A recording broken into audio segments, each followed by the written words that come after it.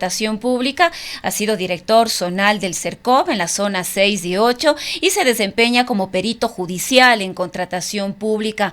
También fue subsecretario nacional de Obras Públicas y de Infraestructura del Ministerio de Transporte y Obras Públicas, entre otras dignidades. Ingeniero Domínguez, muy buenos días, le damos la más cordial bienvenida, gracias por acompañarnos en esta mañana. Pues sería importante arrancar con una reflexión inicial sobre cómo ha venido operando este sistema nacional de obras de contratación pública, pero sobre todo estas reformas que están prácticamente ya en vigencia en este 2025 y si es que realmente apuntan a lo importante. Bienvenido. Buenos días a la audiencia, buenos días, muchas gracias por la invitación.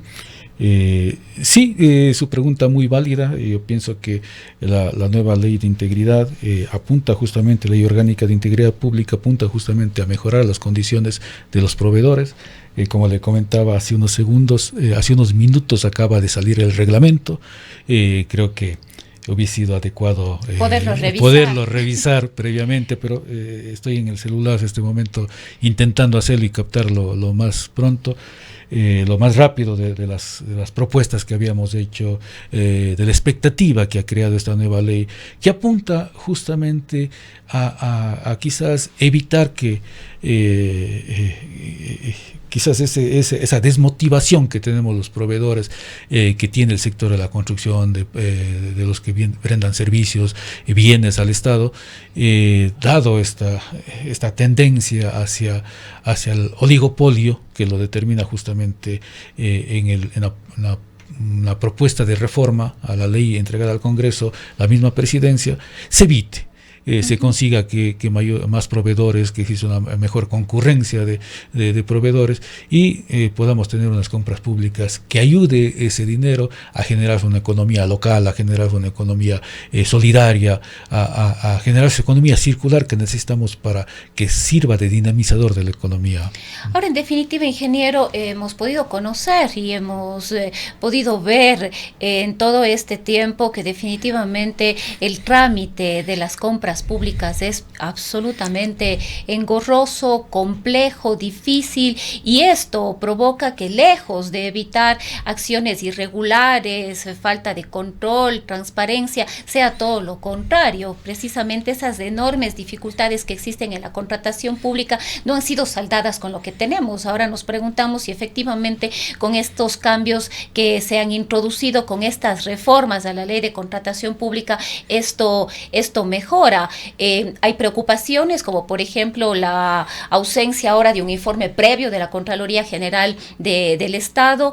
En ocasiones anteriores, como dicen, hecha la ley, entra la trampa, pues no se ha evitado que muchos contratos sean prácticamente y entre comillas dados a dedo, porque se manipulan los términos de referencia o los requisitos, y a la final esto ha venido ocurriendo. Pues sería importante conocer si efectivamente estas reformas van a ayudar a mejorar estos procesos, y lo que más nos preocupa quizás a los ciudadanos y a las ciudadanas, si efectivamente esto va a ayudar a combatir la corrupción en las compras públicas.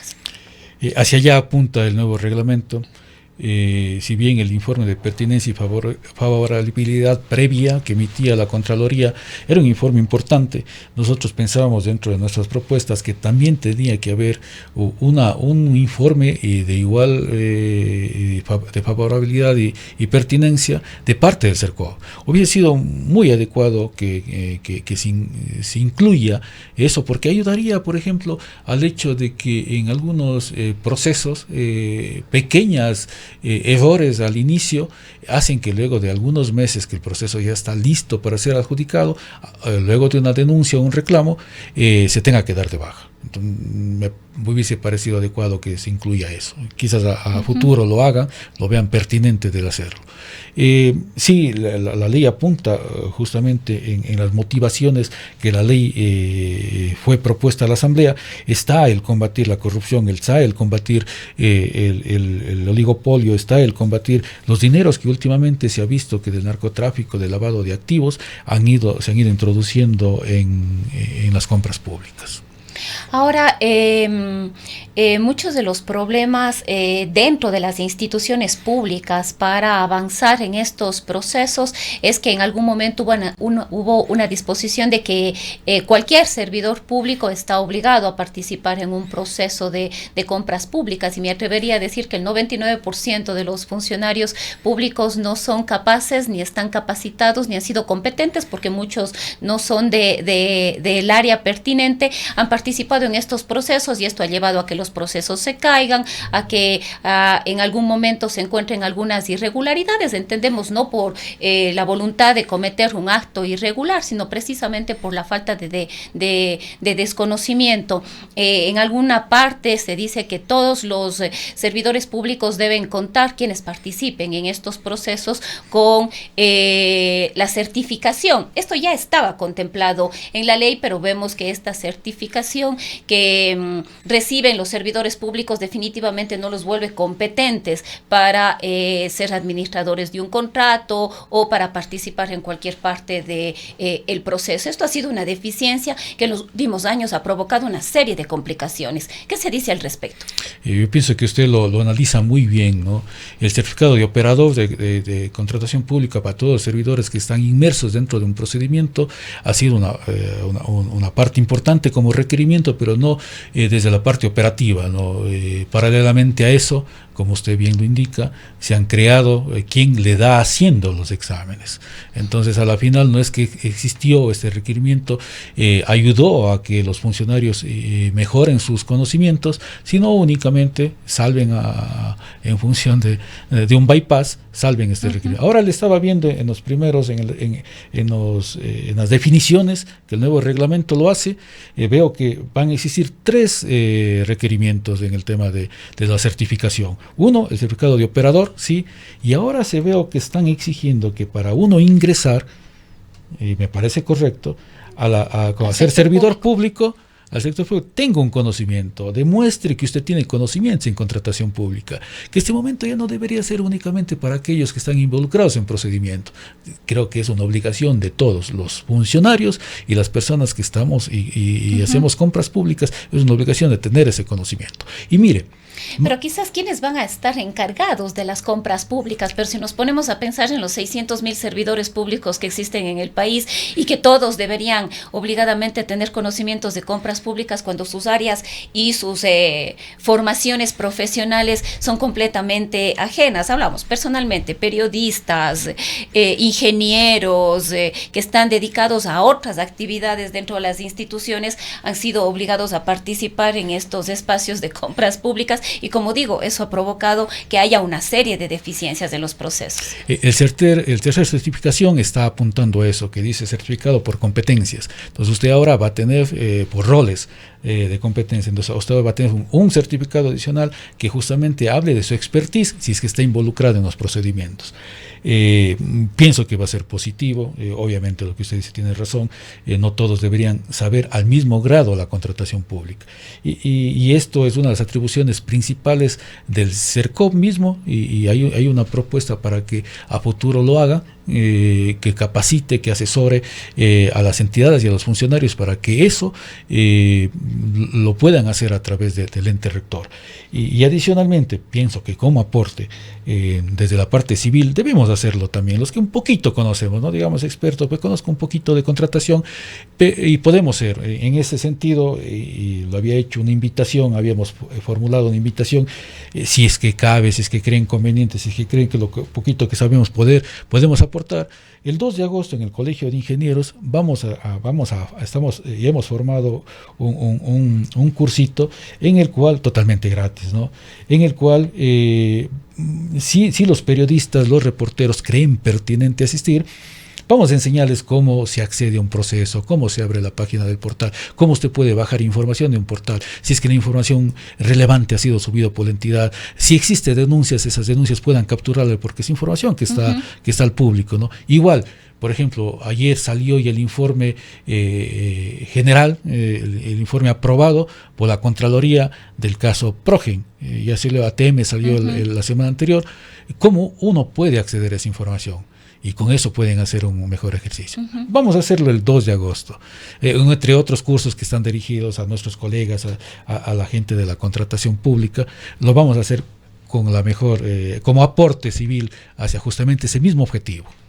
Ahora, ingeniero, nos preguntamos si estas reformas que se han implementado efectivamente van a contribuir a combatir la corrupción. Previo a esta entrevista pasábamos una nota con el titular de la Comisión Nacional Anticorrupción, que nos daba a conocer sobre todas las complejidades e irregularidades que se han dado en la contratación de los hospitales para medicamentos y otros insumos, pues hay una preocupación profunda sobre cómo se ha dado esto, pues se habla de que reposan denuncias en la Fiscalía de toda una red de testaferros, desde vendedores de mariscos hasta gremios de asesoría legal para la dotación de medicamentos e insumos médicos. Esto en el ámbito de la salud, pero conocemos de casos similares y de irregularidades que se dan también en otros ámbitos que no solamente son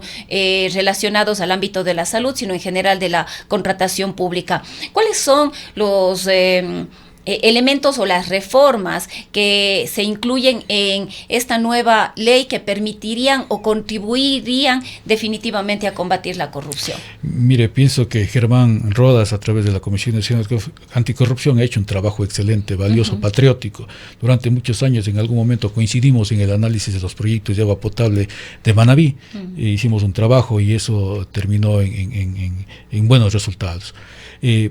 El tema, pensaría que como aporte creemos pertinente que desde los gremios, por ejemplo, creemos un observatorio y parecido, no de la mismo calibre, ¿no?, pero un poco más técnico, un observatorio ciudadano, porque la ley ahora nos permite, el 15.1, el punto 2 permite que se creen observatorios y nosotros desde la parte técnica aportemos para que el soborno, la corrupción se limite, vaya en esa misma línea, y quizás a la Comisión Nacional Anticorrupción podamos aportarle elementos, insumos para que ellos puedan, con su gran expectativa, al ser un ente muy reconocido por la sociedad, puedan canalizar.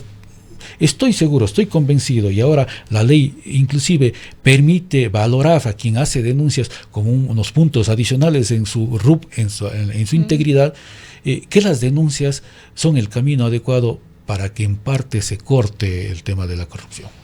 Apunta también a los proveedores que deberán cumplir nuevos requisitos. ¿Cuáles serán estos nuevos requisitos? ¿O qué se cambia para uno poder ser proveedor del Estado? El RUP estuvo pensado, habría que verle cómo a la final quedó, que el RUP integre todos esos elementos, integre la experiencia, integre sus obras, sus productos, sus procesos que fueron cumplidos a cabalidad, y eso le vaya dando un valor agregado para que usted vaya siendo un proveedor más confiable dentro de la normativa. Eso digo, suma si usted con sus denuncias logró identificar hacia estas mafias pequeñas, también le va a sumar. Porque ahora vemos que hay proveedores que se llevan, así será la suerte, decimos, 3, 4, 5 contratos frente a otros proveedores que no logran acceder a las instituciones públicas. Hablamos de municipios, prefecturas, en general contratar con el Estado. En la propuesta de ley que envió la Presidencia, la Secretaría de la Presidencia para que sea tratada en la Asamblea, comenta eso. Yo pienso que debería ser una lectura obligatoria de las 5 primeras páginas de esa ley, en la cual habla justamente de esto. Ellos han determinado que la mayoría de procesos, el 68%, el 64%, justamente van a ese lado, que se terminan calificando a 1 o 2 oferentes. Hablan de oligopolio, que influyen en el mercado en forma negativa, justamente para beneficiarse ciertos números pequeños de empresas, de constructoras, quizás hablan de proveedores. Lo determina ya el gobierno, y en función de esa determinación, en la cual inclusive hablan de lo que significa a nivel internacional la corrupción, el soborno.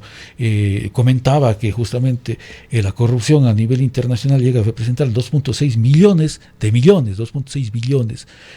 ¿Qué significa el 5% del Producto Interno Bruto? La tercera parte, el soborno, porque el soborno tiene esa parte, ¿no? Una vez que el soborno se da, el que sobornó tiene que recuperar esa plata y termina influyendo 3 veces más negativamente en el bien, en el servicio o en la obra que está ejecutando.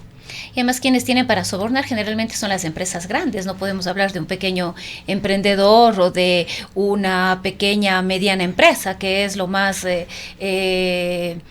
difícil en este caso para alcanzar ese tipo de acciones. Pero además, ingeniero, se habla también de las modalidades de contratación. ¿Cuáles son los cambios que se van a dar en estas modalidades de contratación? Había una gama más amplia de modalidades de contratación, ahora esta se reduce. ¿Y cómo esto beneficia? El artículo 48 de la nueva ley obviamente propone que el artículo 48 modificó y únicamente existirán en obras en régimen común licitaciones, todos los procesos mayores a $10,000. Igual va a suceder en consultoría, todas aquellas consultorías mayores a 10,000 van a ser concurso público.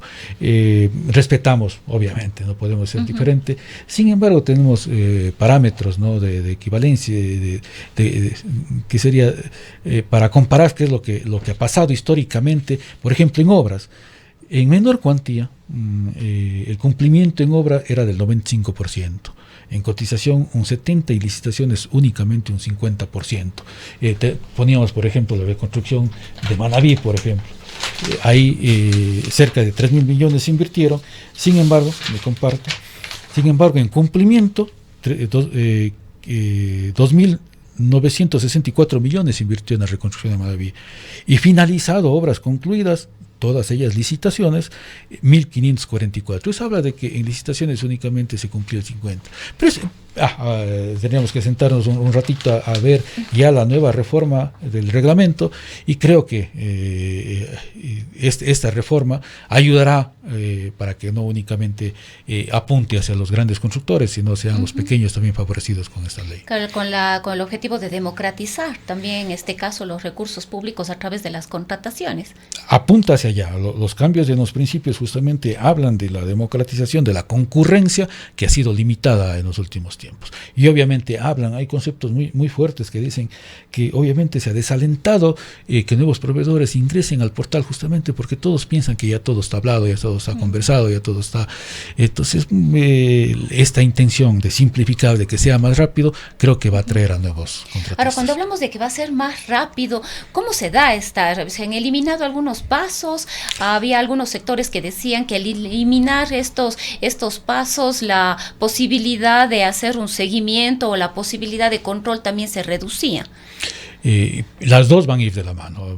Se introduce temas de inteligencia artificial, se introducen temas de simplificación y mejoras en el portal, de tal forma que sea mucho más ágil, mucho más rápido y no se pierda el debido proceso. No podría ser, y más seguro. Que eso es lo que se debería aspirar, ¿no? Sí, esperar que justamente lo que ahora está pasando, que una licitación esté a los 4 o 6 meses, que sea rápido, que los dineros puedan ser invertidos y a la final lo que también se introduce dentro de los conceptos el mejor valor por dinero sea efectivo. Ahora, justamente había otras preocupaciones de que hay una gran cantidad de procesos a nivel nacional y que la CERCOV es insuficiente para atender todos estos procesos. ¿Se modifica a la entidad en sí mismo como el servicio de contratación? ¿Se le fortalece, se le mejora a través de esta reforma? Entre las recomendaciones que dejé sentado en el CERCOV y de lo que identifiqué en las zonales, que hacen un gran trabajo, no es por nada, pero conté aquí en el Azuay, en el cual como zonal teníamos la injerencia de 5 provincias, estábamos a cargo de la Azuay, Cañar, Loja, Morona, Santiago y Zamora. O sea, no solo la zona 6. Y también estuve encargado del Guayas, en el cual involucran 6 provincias. Están hecho cargo del Oro, Guayas, Los Ríos, Santa Elena, Bolívar y Galápagos. En las zonales, y no digo que en Quito no, pero en las zonales contamos con un gran equipo, pero insuficiente. Entonces, la recomendación es fortalecer el CERCOV. Había solicitado 8 personas más, incrementar control y todo. Tenía 4 personas encargadas de control que hacían un trabajo increíble, pero aún así es insuficiente. Entonces, fortalecer las zonales, que hay un elemento muy capacitado, muy honrado, de mucha integridad, y además, fortalecer la capacitación. Esa es la base principal del CERCOP, que son sus atribuciones: capacitar a los proveedores, asesorar a las entidades. Entiendo que esas dos recomendaciones van a ser acogidas. Ingeniero, para ir cerrando ya este diálogo, pues recuérdenos de las capacitaciones que ustedes van a ofrecer como Colegio de Ingenieros. El 2 de agosto vamos a hacer en el Colegio de Ingenieros, 10 de la mañana, un Fundamentos de la Contratación Pública dedicados a esa labor que a veces no es reconocida, no es vista, que están atrás a los reporteros, a los periodistas que nos acompañen. Agradecemos a Gustavo Jara, presidente del colegio, la apertura y al directorio, ¿no? Esta bondad en prestarnos las instalaciones. Y nos vamos allá porque iba a ser en el edificio del SICA, pero no tenemos ahí internet y es más pequeñito. Entonces acá es un poco más amplio, más cómodo. Y a los sectores que quieran ir, vamos a hablar únicamente de fundamentos, cómo podrían mejorar sus destrezas si ya lo tienen, y cualquier pregunta, inquietud. Paralelo a eso, con el colegio pensamos hacer 3 cursos más. Uno, en el cual se pueda ayudarles a hacer adecuadamente los reclamos, impugnaciones, incidencias o recursos, aprovechando lo que está normado para que luego no sean inadmitidos. Que noté que muchos, a pesar de tener razones, reclamos, impugnaciones, denuncias, no eran admitidas porque incumplían algún tema normativo, o sea, de forma, no de fondo. Otro curso en el cual podamos ayudarles a que las multas puedan ser impugnadas adecuadamente por ellos mismos. Vamos a crear un ejército de gente que estoy seguro que con eso vamos a mejorar la contratación. Y la tercera es aquella en la cual podamos capacitarles para que ellos puedan hacer los reclamos de pagos adecuadamente. Que no nos olvidemos que en el numeral 4 y 6 del nuevo artículo de ley cambia la forma de pensar. Ahora, si usted no me paga, como entidad, yo no tengo la obligación ni puede exigirme el cumplimiento de continuar con la obra. Eso es muy importante. Queremos agradecerle, ingeniero, por habernos acompañado en esta mañana. Ha sido el ingeniero Jorge Domínguez, él es ingeniero civil, experto en contratación pública. Son las